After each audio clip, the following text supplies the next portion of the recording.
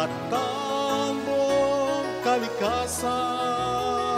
Mabuti ang lahat ng ginawa, pinagyaman at pinagpala.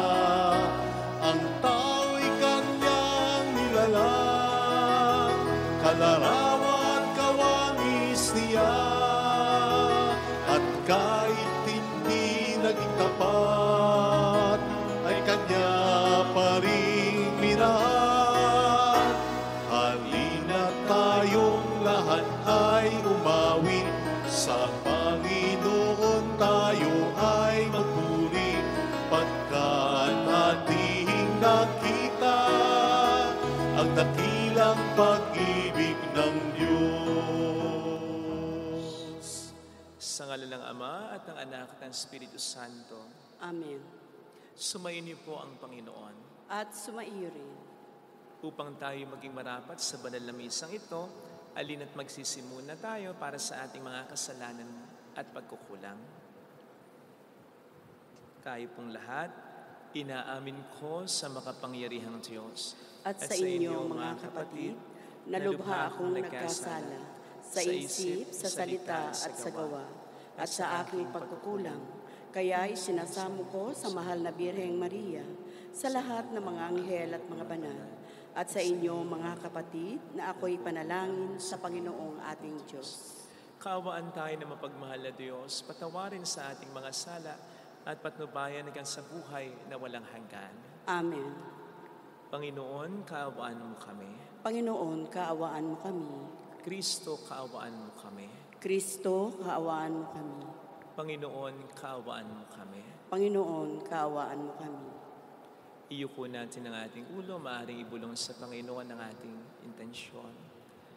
Pagdasal natin ang mga OFW, ang mga tumutulong sa atin. Pagdasal natin ang mga may sakit, ang mga nag-aalaga sa kanila. Manalangin tayo.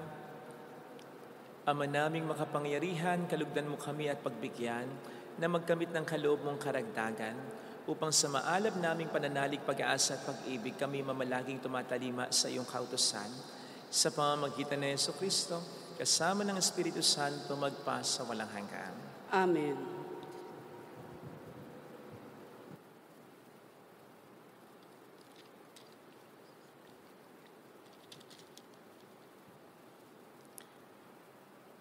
Ang salita ng Diyos mula sa aklat ng Exodo. Mula sa Elim, nagpatuloy sa paglalakbay ang mga Israelita at ika-15 ng 2 buwan nang sila'y dumating sa ilang ng Sin. Sa pagitan ng Elim at Sinai, ang mga Israelita ay nagreklamo kina Moises at Aaron. Sinabi nila, "Mabuti pa sana'y pinatay na kami ng Panginoon sa Ehipto. Doon, nakakakain kami ng karne at tinapay hanggang gusto namin. Dito naman sa ilang na pinagdalhan ninyo sa amin, mamamatay kami sa gutom." Sinabi ng Panginoon kay Moises, "Pauulanan ko kayo ng tinapay mula sa langit. Araw-araw, palalabasin mo ng bahay ang mga tao para mamulot ng kakanin nila sa maghapon. Sa pamamagitan nito'y susubukin ko kung hanggang saan nila susundin ang aking mga tagubilin.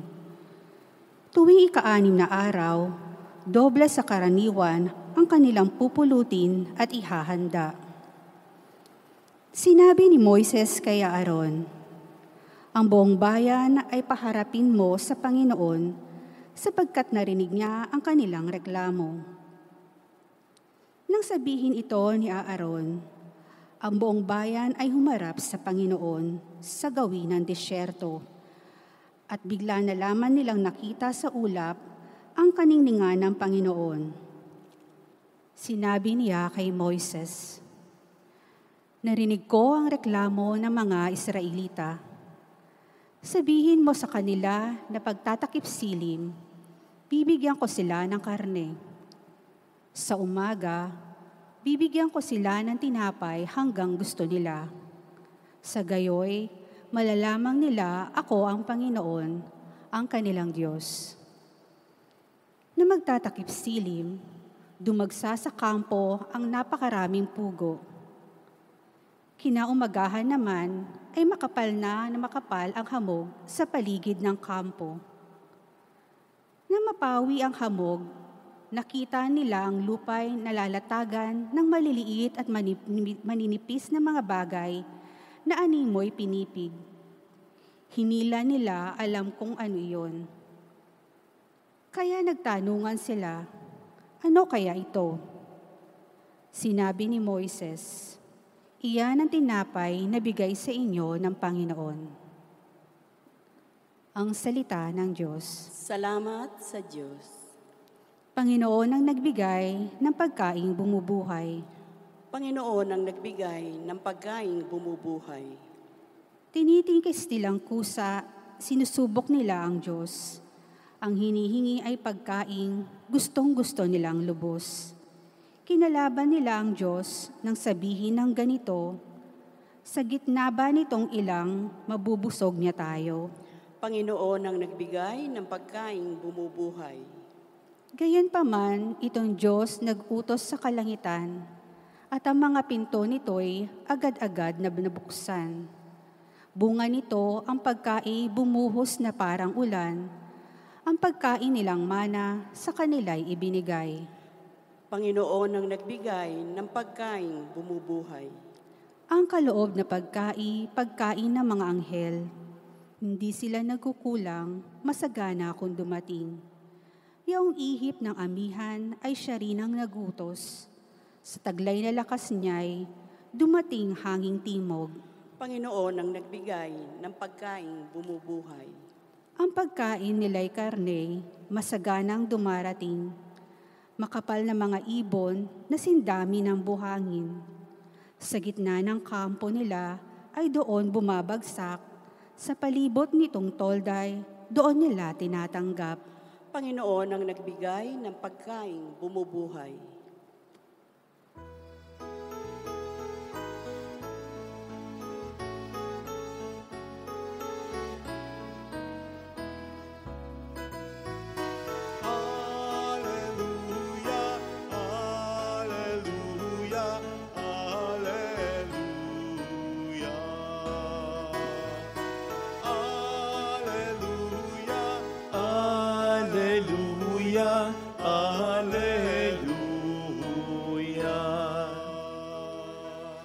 Sumainyo ang Panginoon. At sumaiyo rin. Ang mabuting balita po ng Panginoon ayon kay San Mateo.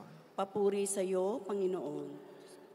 Noon ding araw na iyon, si Jesus ay lumabas ng bahay at naupo sa tabi ng lawa. Pinagkalipon-punan siya ng makapal na tao, kaya sumakay siya sa isang bangka at doon naupo. Nasa dalampasigan naman ang mga tao at nagturo siya ng maraming bagay sa pamamagitan ng mga talinghaga. May isang mag-asakang lumabas upang maghasik. Sa kanyang paghahasik ay may binhing nalaglag sa tabi ng daan.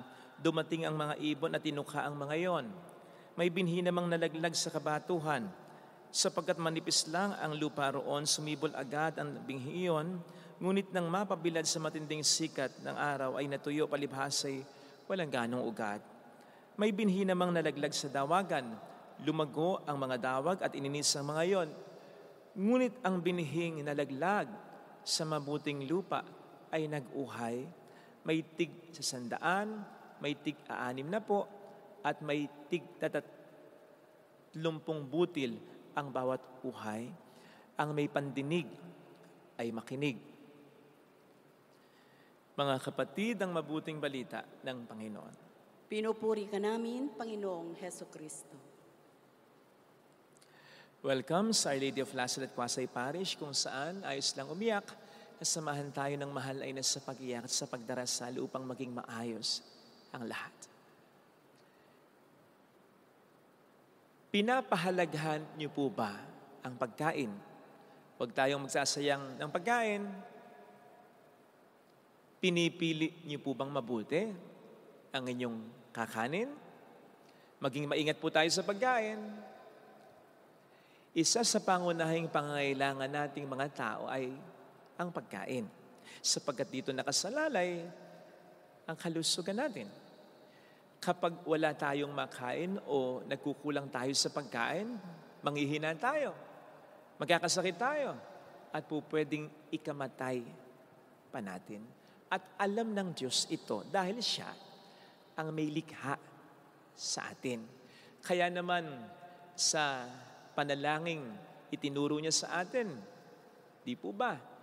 Isa sa mga intensyon daw na hilingin natin sa Panginoon, araw-araw ay bigyan mo kami ng aming makakain o kakanin sa araw-araw. Ito ang dahilan kung bakit binigyan ng Diyos ang mga Israelita ng mana o literal na tinapay mula sa langit upang palakasin sila, upang hindi sila magkasakit, upang magkaroon sila ng lakas, direksyon sa paglalakbay.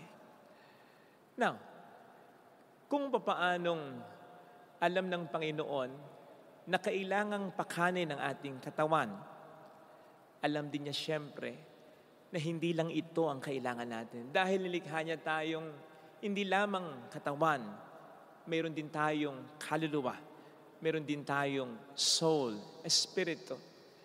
Sa katunayan, mas dito nakasalalay ang buhay natin. Dahil kapag nawala ang kaluluwa natin, wala na rin ang buhay natin. Therefore, mas dapat itong alagaan, mas dapat itong inorish, mas dapat itong pagkanin. Kaya nga, kung ang Panginoon ay nagpo-provide sa atin ng pagkain para sa ating katawan, mas nagpo-provide po siya ng pagkain para sa ating kaluluwa. At yan po ay makikita natin sa mabuting balita na ating binasa, kung saan ang Panginoon ay nagbibigay ng pagkaing espiritual para sa ating kaluluwa. Ito ay sa pamamagitan ng salita niya. Father, nakakain ba ang salita? Oo. Kaya nga may expression tayo kung minsan, baka kanin mo ang mga sinabi mo. Kaya nga yung ibang napagbubungangaan ng mister nila o ng magulang nila, umagang-umaga, anong sinasabi? Umagang-umaga, eka, sermon, ang almusal ko. At kaya nga, ang mga magagandang salita rin naman sa kabilang banda ay nakapagpapalakas ng loob natin, nakapagbubus ng moral natin, nakapagbibigay ng buhay sa buhay natin. Kasi nga po, nakakain din, nakapag-nourish din ang salita. Kaya naman mga kapatid, dapat pahalagahan din natin ang mga salitang sinasabi natin at ang mga salitang tinitik natin. Sapagkat kung papaanong hindi po lahat ng pagkain ay dapat nating kanin dahil may mga pagkain imbis na makatulong ay makapagpapa sa atin ng kalusugan natin, tumataas ang blood pressure, tumataas ang sugar, nagkakasakit sa bato dahil sa pagkain. Gayon din naman, hindi lahat ng mga salita ay dapat tinetake natin. Piliin din natin yung totoong makapag-nourish ng kaluluwa natin. Mga kapatid, sa kung ilang beses inahilan tulad ng Diyos ang kanyang salita sa pagkain, na mababasa po natin sa ating Biblia, sa banal na kasulatan, ibig sabihin lamang nun ay iniahandog ng Diyos sa atin ng kanyang salita upang talagang kanin natin. Ang problema, hindi na natin ito nagagawang kanin o kasabikang kanin dahil nabubusog na tayo sa ibang mga pagkain. Sa mga pagkain na imbis na magbigay sa atin ng buhay, ay unti-unti sa ating pumapatay. Halimbawa po, mga kapatid, yung mga pagkain na salita na nakikita natin, narinig natin, napapanood natin sa social media. Ang social media ngayon ay masasabi nating buffet ng maraming mga walang kwentang pagkain. Nandiyan ng kabastusan, kamunduhan. Nandyan ang mga fashion, mga trends, mga idols, na kung titingnan nating mabuti, ay hindi naaayon sa kalooban at sa turo, sa aral ng Panginoon natin. Aminin po natin, di po ba? Marami sa atin ang nauubusan ng panahon sa panonood lamang o pakikinig ng mga salitang naririnig natin sa social media ngayon. No wonder, pagdating sa salita ng Diyos, wala na tayong gana. Kasi busog na tayo ng ibang mga pagkain. Hindi po ba kayo nagtataka kung bakit hindi ganun katindi ang interes natin sa salita ng Diyos?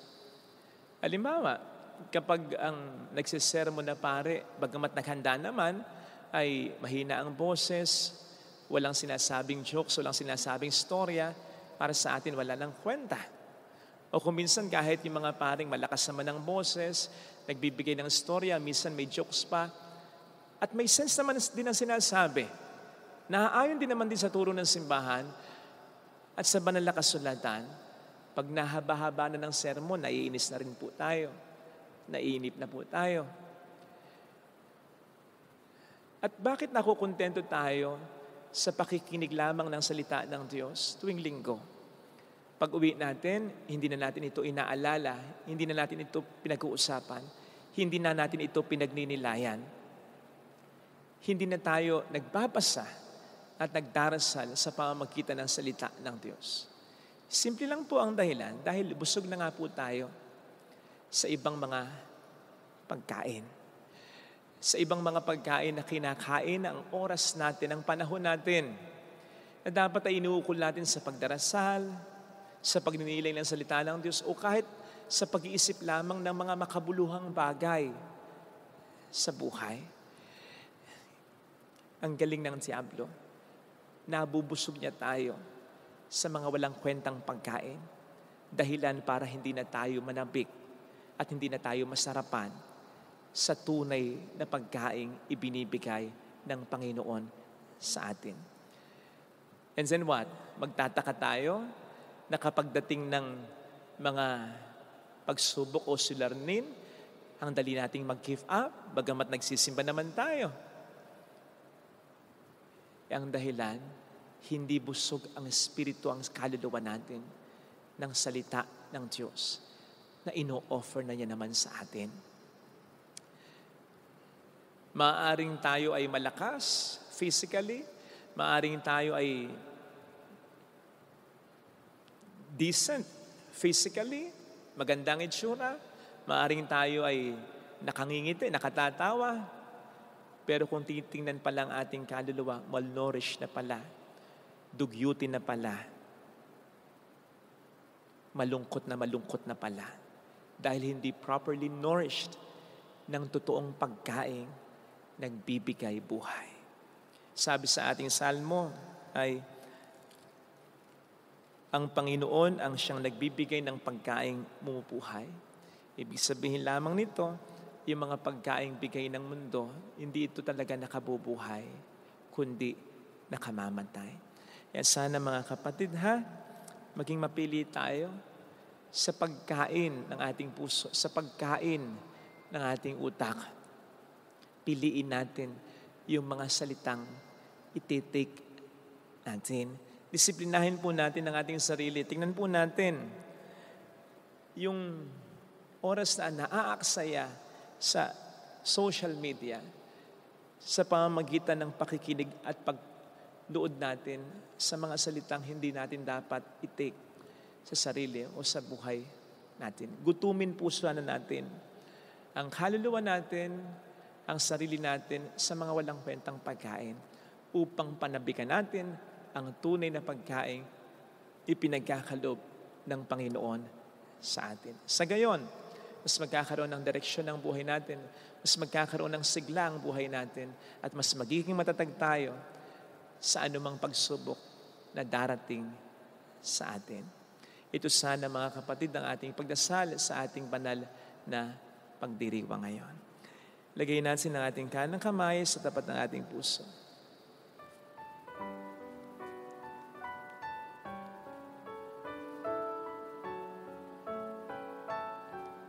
Awitin natin. Alam kong may magagawa ang Diyos.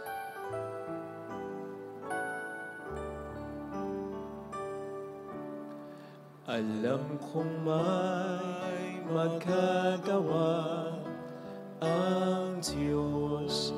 Alam kong may magagawa ang Diyos. Alam kong may magagawa ang Diyos. Kung ako'y magtatapat, kung ako'y sa Kanya'y maglilingkod, sa Kanya'y maglilingkod, alam kong may magagawa ang Diyos. Alam kong diringkin ng Diyos ang samo ko, sapagkat mahal niya ako. Alam kong diringkin ng Diyos ang samo ko, sapagkat anak niya ako.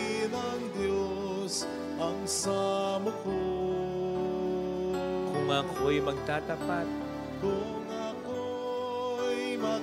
sa Kanya'y maglilingkod, alam kong diringkin ng Diyos ang samo. Pikit natin ang ating mga mata. Panginoon, tulungan mo po kaming magutom sa iyong salita. Masyado kaming busog sa mga salitang walang kwenta, sa mga salitang makamundo, sa mga salitang bastos kung minsan, at sa mga salita na nagdudulot pa nga po sa amin ng pag-aalala. Tulungan mo po kaming maalis ito sa aming puso, sapagkat nabubusog kami nito sa hindi magandang paraan, dahil imbis na makatulong, nakasisira pa sa amin. Kapag kakasakit pa namin ito, hindi lamang ng katawan, kundi pati na ng kaluluwa natin. Tulungan mo po kami, Panginoon, na busugin ng aming puso, ang aming isipan ng iyong salita. Panaligan namin, nguyain namin, isabuhay namin. Hallelujah! Purihin ang Diyos.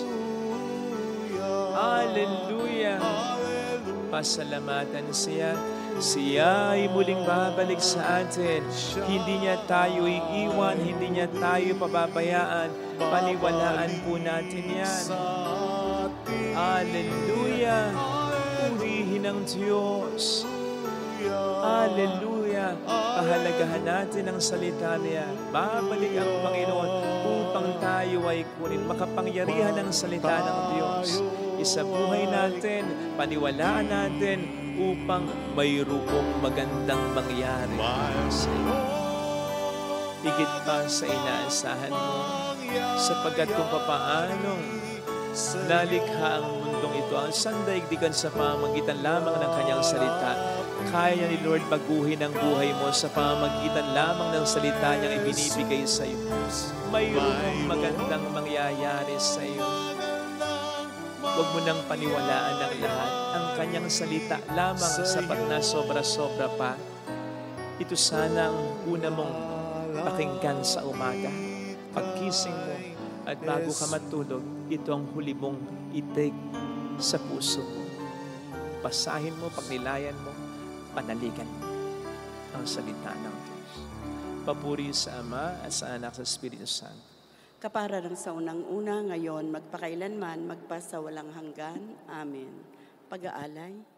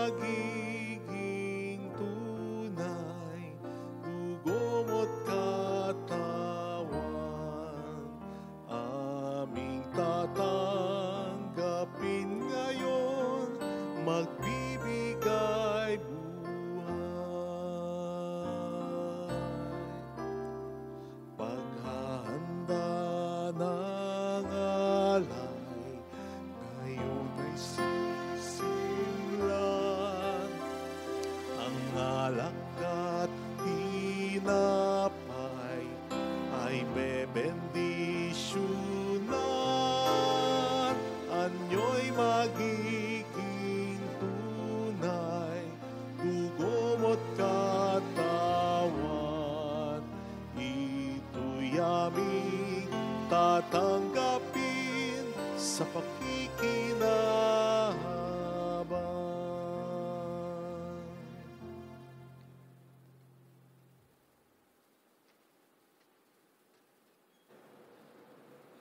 Manalangin tayo, pang ating handog ay maging kalugod-lugod sa Diyos Amang makapangyarihan. Tanggapin nawa ng Panginoon itong paghahain sa iyong mga kamay, sa kapurihan niya at karangalan, sa ating kapakinabangan at sa buong sambayanan niyang banal. Ama naming lumikha, lahat ng iyong mga paghahaing pinag-utos ng araw ay iyong pinagtibay sa isang haing hantungan ng tanan.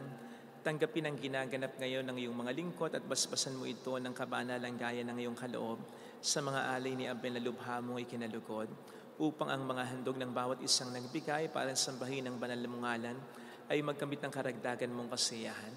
Sa pamamagitan ni Jesucristo, kasama ang Espiritu Santo, magpa sa walang hanggan. Amen. Sumayin niyo po ang Panginoon. At sumaiyo rin. Itaas sa Diyos ang inyong puso at diwa. Itinaas na namin sa Panginoon. Pasalamatan ng ating Panginoong Diyos. Marapat na siya'y pasalamatan. Ama naming makapangyarihan, tunay nga pong marapat na ikaw ay pasalamatan. Nasa iyong aming buhay, pagkilos, pag-iral, sa pamuhay namin araw-araw, tinatamasa namin ang iyong pagkamahal. Sa pag-ibig mong ipinlas ang katauhan ng Espiritu Santo'y unang aning bigay, ng anak mong naglagak sa amin ng katiyakan na kalaang mabuhay kami sa piling mo kailanman. Kaya kaisa ng mga anghel na nagkisiawit ang papuri sa iyo ng walang humpay sa kalangitan, kami nagbubuni sa iyong kadakilaan. Santo, Santo, Santo, Panginoong Diyos ng mga hukbo, napupuno ang langit at lupa ng kadakilaan mo. Hosana sa kaitaasan.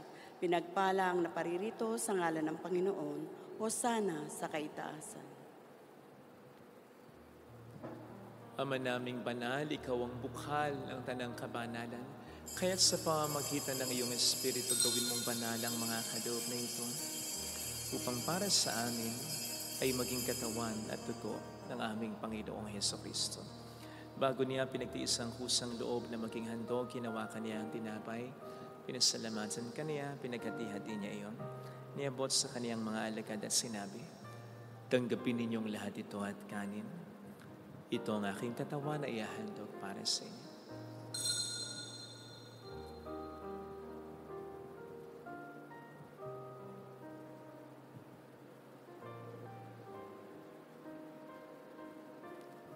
Gayon din naman nang matapos ang hapunan, hinawakan niya ang kalis, muli kaniyang pinasalamatan. Iniabot niya ang kalis sa kaniyang mga alagad at sinabi, "Tanggapin ninyong lahat ito at inumin. Ito ang kalis ng aking dugo ng bago't walang hanggang tipan. Ang aking dugo na ibubuhos para sa inyo at para sa lahat, sa ikapagkapatawad ng mga kasalanan. Gawin niyo ito sa pag-alala sa akin."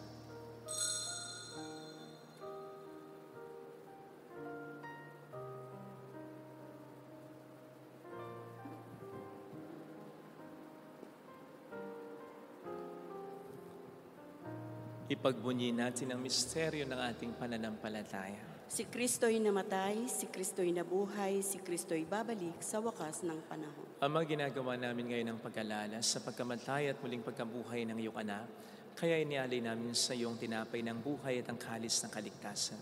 Kami nagpapasalamat dahil kami iyong minarapat na tumayo sa harap mo para maglingkod sa iyo. Sinasamo namin kami na magsasalo sa katawan at dugo ni Kristo ay mabuklod sa pagkakaisa sa pamamagitan ng Espiritu Santo. Ama, lingapin mo ang iyong simbahang laganap sa buong daigdig. Puspusin mo kami sa pag-ibig. Kaisa ni Leon na aming Papa, ni Dennis na aming Obispo at ng Tanang Kaparian. Alalahanin mo ang mga kapatid naming nahimlay nang may pag-asang sila'y muling mabubuhay. Lalo na po sana ang aming mga ipagdarasal. Saglit nating ipagdasal ang ating mga minamahal kakilalang yumao.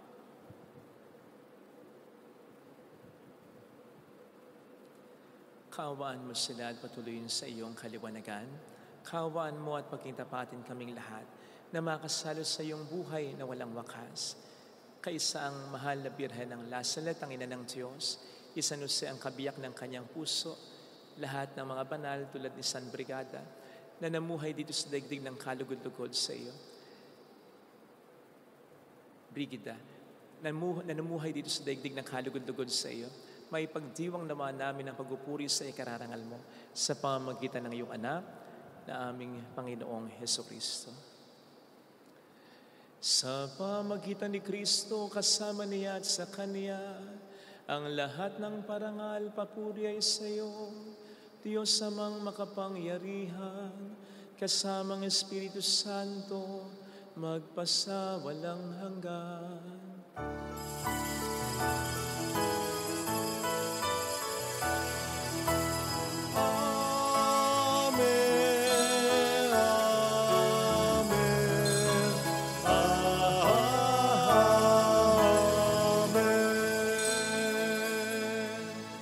Tumawag tayo sa ating Ama.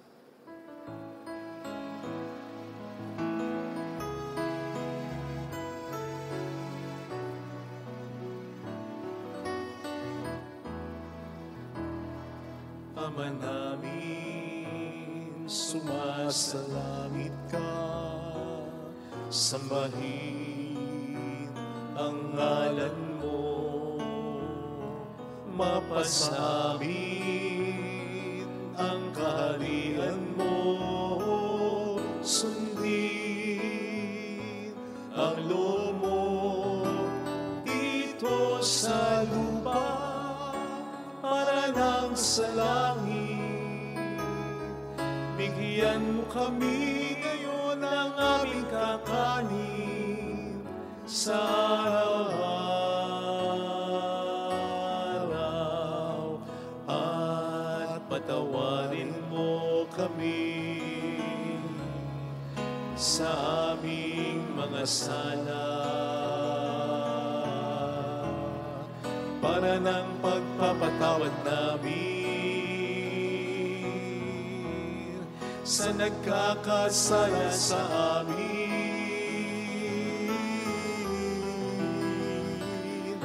At huwag mo kami ipahintulot sa tukso, at ihadya mo kami sa lahat ng masama.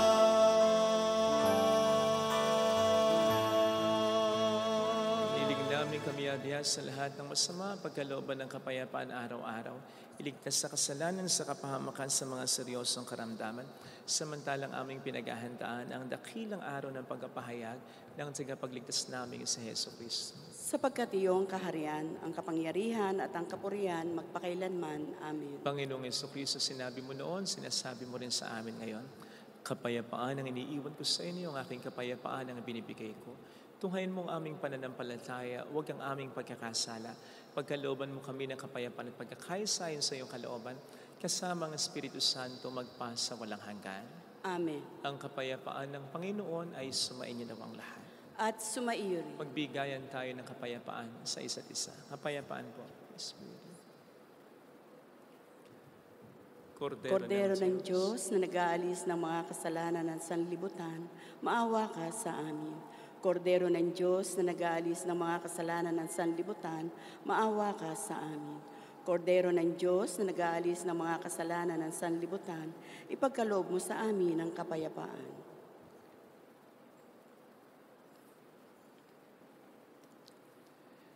Narito sa harap natin ang Panginoon, ang ating buhay at kaligtasan. Mapalad tayong inaanyayahan. Panginoon, hindi ako karapat-dapat na magpatuloy sa iyo, ngunit sa isang salita mo lamang ay gagaling na ako.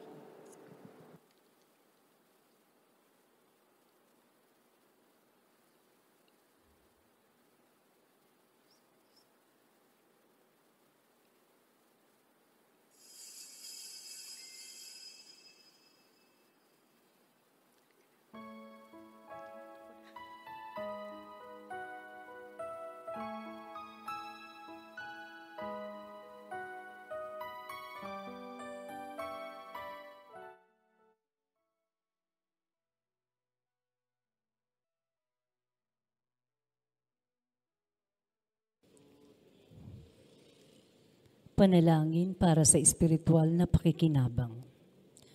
Panginoong Hesus, ako ay naniniwala na ikaw ay nasa kabanal-banalang sakramento. Iniibig kita ng higit sa lahat at ninanasa kong tanggapin ka sa aking kaluluwa. sapagkat sa mga sandaling ito, hindi kita matatanggap sa sakramento. Tumuloy ka sa Espiritu sa aking puso. Niyayakap kita na para bang naririto ka na. Inaalay ko ng buong buo ang aking sarili sa iyo. Huwag mong hayaang mawalay ako sa iyo. Amen.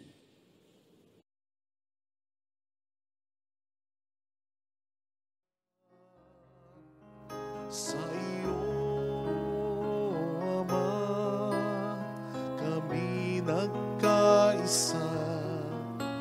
Nagpupuri ngayon ang aming puso at kaluluwa.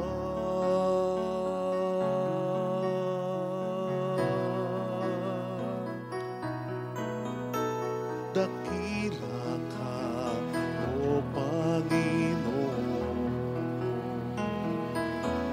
Dakila rin ang iyong pag-ibig na handog. Dakila ka pagkat sa araw na ito, tinawag mo kami upang maging anak mo. Dakila ka, O Panginoon. Dakila rin ang iyong pag-ibig na handog. Dakila ka pagkat sa araw na ito, tinawag mo kami upang maging anak mo.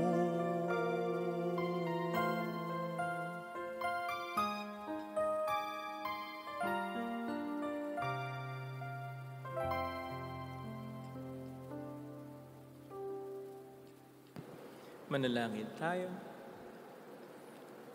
Ama naming mapagmahal, manatili kang kapiling ng iyong sambayanan na ngayon pinapakinabang mo sa iyong sariling buhay at gawin mong kami pasulong na makahakbang mula sa dati naming pagkamakasalanan patungo sa pagpapagong nagdudulot ng iyong kabutihan sa pamamagitan ni Jesucristo kasama ang Espiritu Santo magpasa walang hanggan. Amen. Holy God, Holy Mighty One, Holy Immortal One. Have mercy on us and on the whole world. Holy God, Holy Mighty One, Holy Immortal One. Have mercy on us and on the whole world. Holy God, Holy Mighty One, Holy Immortal One. Have mercy on us and on the whole world. Jesus, King of Mercy, We trust in you. alalahanin, Alalahanin, O mahal na Birhen ng Lazaret, ina ng pag-asa. Ikaw ang nagpapaalala sa aming magbalik loob sa Ama. Ito ang nagpapatunay ng kagandang loob mo'y nanatiling busila. Sa pag-aaruga mo sa amin, tungkulin mo'y tinupad. Sa paanan ni Kristo'y tinuring mo kaming mga tunay mong anak. Kaya ninais mong ni isa'y huwag mapahama. Maging sa iyong walang tigil na pananalangin pati luhay pumata. Huwag namang mawala ng saysay ang iyong paghihirap. Hiling nawa namin sa iyo, aming inang liyag, na matapos ang pakikibaka namin sa mundong ito at sa pananatili naming tapat kay Kristo.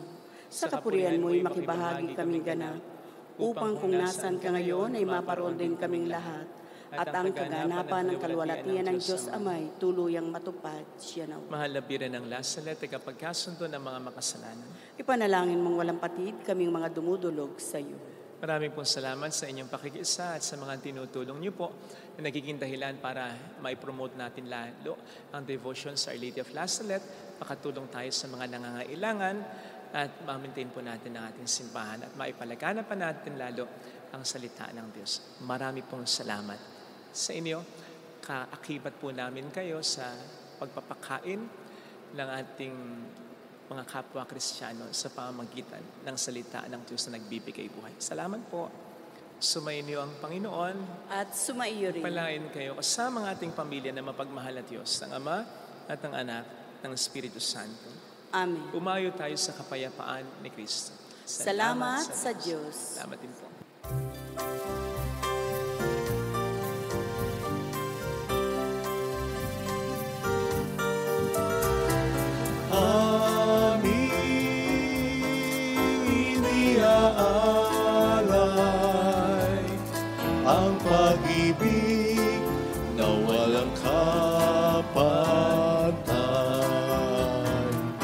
O kay sarap mabuhay kung may nagmamahal. Pagmamahal at tunay at laging dalisay ang bilin kong umibig ay walang sintamis. Pagsintang sa talinis sa'yo hanggang langit. O Birhen, Birheng mahal, sa awit at sa dasal